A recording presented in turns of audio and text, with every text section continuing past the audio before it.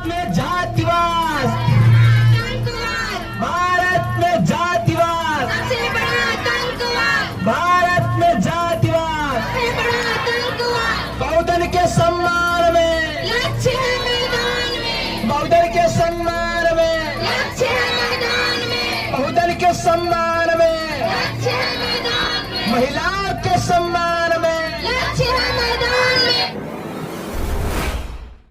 और जो अलग अलग गांव से हमारी बहनें, हमारे साथी भाई, हमारे बच्चे बहुजन समाज के इस पंडाल की जो शोभा बढ़ा रहे हैं, मैं इन सब को बहुत बहुत धन्यवाद करती हूँ, बहुत बहुत साधुवाद करती हूँ कि आप लोग अपने घरों से निकल करके आए कि भाई कोई लक्ष्य की टीम आ रही है चल के लखनऊ से, और हमारी जितनी भी हमारी लक्ष्य कमांडर, मैं इनको भी बहुत बहुत धन्यवाद करती हूँ। अभी आपने देखा आपके जिले से सुशीला गौतम जी और जो हमारे बगल में बैठी हैं, ये सब आपके जिले की हैं और ये लक्ष्य कमांडर के रूप में निकल करके आई हैं दो लोग, तो इनके लिए भी जोरदार तालियां हो जाए भाई, कि अगर हमारी बेटियों को, हमारी बहुओं को अगर आप लोग मौका देंगे तो वो घर की स्थिति तो बदल देंगी, साथ साथ में पूरे भारत देश बदल जाएगा अगर आप लोग मौका देंगे। आपने देखा हमारा लक्ष्य का बैनर पीछे लगा है, उसमें बहुत ढेर सारी महापुरुषों की फोटो भी है, और हम लोग जैसे जैसे काम करते हैं, आपने देखा हम लोग अगर कहीं अत्याचार, कोई प्रकार की घटना होती है तो हम लोग सड़कों पे उतरते हैं। अगर हम लोग एक नहीं होते तो सड़कों पे कैसे उतर पाते? क्या उतर पाते? नहीं उतर पाते। आपने देखा सबके सहयोग से, जो हमारे संगठन से सब लोग जुड़े हुए हैं, सबके सहयोग से 17-18 सीटर हमारे पास बस है जिससे हम आप लोगों के बीच में पहुंचते हैं। और आपने देखा होगा जिसके पास अगर बाइक है तो उसमें भी खर्चा आता है, तो इस तरीके से हमारे बस का भी खर्चा आता है। जब हम लोगों ने ये सपना देखा था तो ये सोचते थे क्या यह सपना पूरा हो पाएगा, मगर नहीं। अगर आप लोगों ने अगर सपना देखा है और उस पे खरे उतरेंगे तो शायद वो सपना पूरा होगा। और ये सपना था कि हमारा रथ इस तरीके से हो, जो हमारे बहुजन समाज के जितने भी महापुरुष हैं, जिन्होंने काम किया है, उन सब की तस्वीरें आपने देखा है हमारे बस पे लिखी हैं, लगी हुई हैं, और उस पे लिखा है खुला खुला, भारत में जातिवाद सबसे बड़ा आतंकवाद। क्या हमारे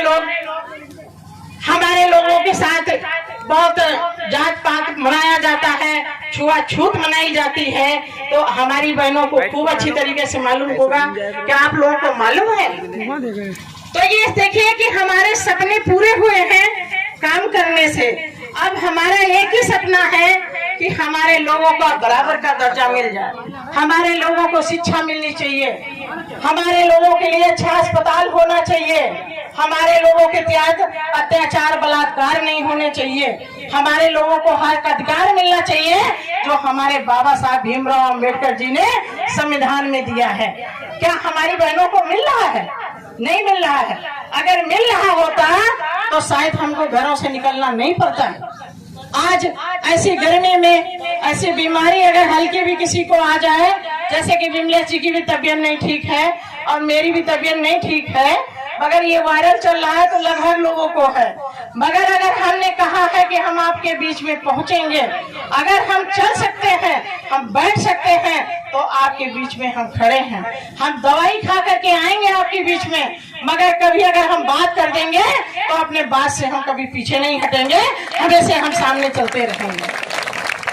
तो इस तरीके से जितने हमारे यूथ लक्ष्य कमांडर भी आए हैं, तो इनका मैं बहुत बहुत धन्यवाद करती हूँ कि जिस तरीके से आज इस गांव में हम उपस्थित हैं। और एक बात बताऊंगी, मेरी इस गांव जिला हरदोई में मेरी ससुराल भी है, वैसे मैं जिला सीतापुर की रहने वाली हूँ, मेरा मायका है और ससुराल हमारी हरदोई में है। और जो ये बैठी है हमारी जो है भांजे की वाइफ है, तो हमारी बहू हुई। और मुझे बहुत अच्छा लगा कि अभी हम पिछले महीने में शायद प्रोग्राम हम वहाँ पे किए थे, तो इनको लगा, इनके मामा भी जी उस प्रोग्राम में गए थे, तो लगा कि हमें भी कराना चाहिए। तो बहुत जल्दी हमें आने का मौका मिला हरदोई जिले, नहीं तो कहीं हम साल में और 6 महीने में इस तरीके से हम अपने घर पहुंचते हैं लोगों का हाल चाल लेने के लिए अपने परिवार के पास। साल में 1 या 2 बार या 3 बार हम अपनी मर्जी से जाते हैं। अगर कोई समस्या होती है, अगर किसी ने बताया तो हम ऐसे भी पहुंच जाते हैं।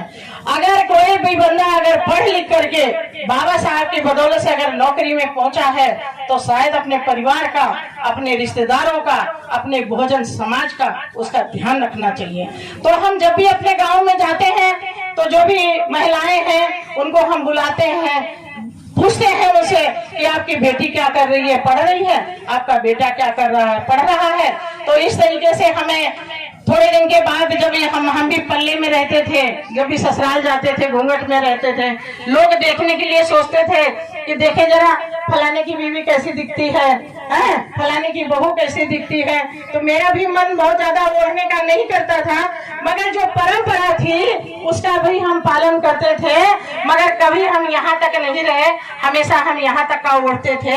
अब जब हम बाबा साहब की विचारधारा पे, अपने महापुरुषों की विचारधारा पे, या जितने भी हमारी ये ब्रिंगाएं हैं, जो चाहे सावित्री बाई फूले, चाहे रमाबाई, जितनी भी है, चाहे झांसी की रानी, चाहे फूलन देवी, अगर इन्होंने पर्दा किया होता तो फूलन देवी की हम बात करते हैं, अरे उनके साथ कितना अन्याय हुआ था, उनके साथ लोगों ने बलात्कार किया था बचपन में, और उन्होंने देख करके एक डाकू का रूप उन्होंने बाद में लिया, और पूरे जो है बलात्कारियों से उन्होंने बदला लिया था। अगर वो घूंघट में रहती, वो पर्दे में रहती, तो शायद वो बदला नहीं ले पाती। ये बहुत बड़ी बात थी। अगर आज हम तो कहते हैं, अगर किसी के साथ अन्याय हो तो हमें ऐसे खड़ा होना होगा कि नहीं होगा।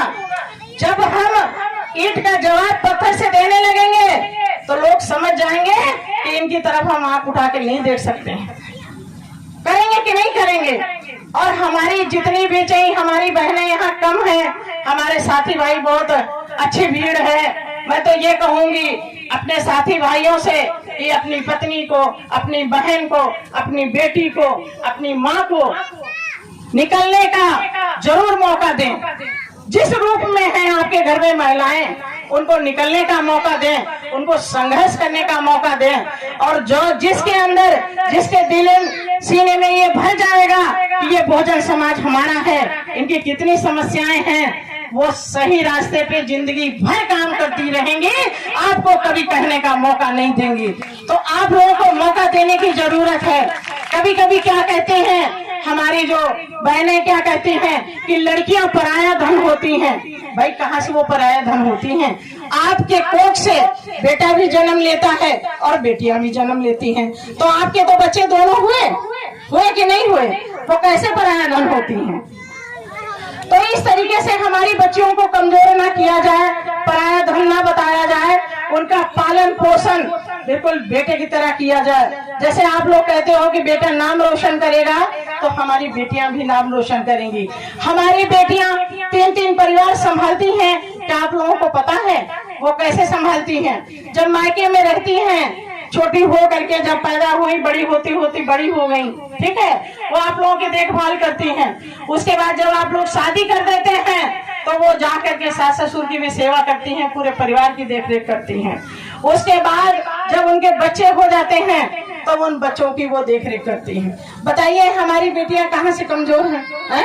बेटा तो सिर्फ एक ही परिवार ढंग से नहीं चला पाता है, वो भी माँ बाप से अलग हो जाता है कि नहीं हो जाता है?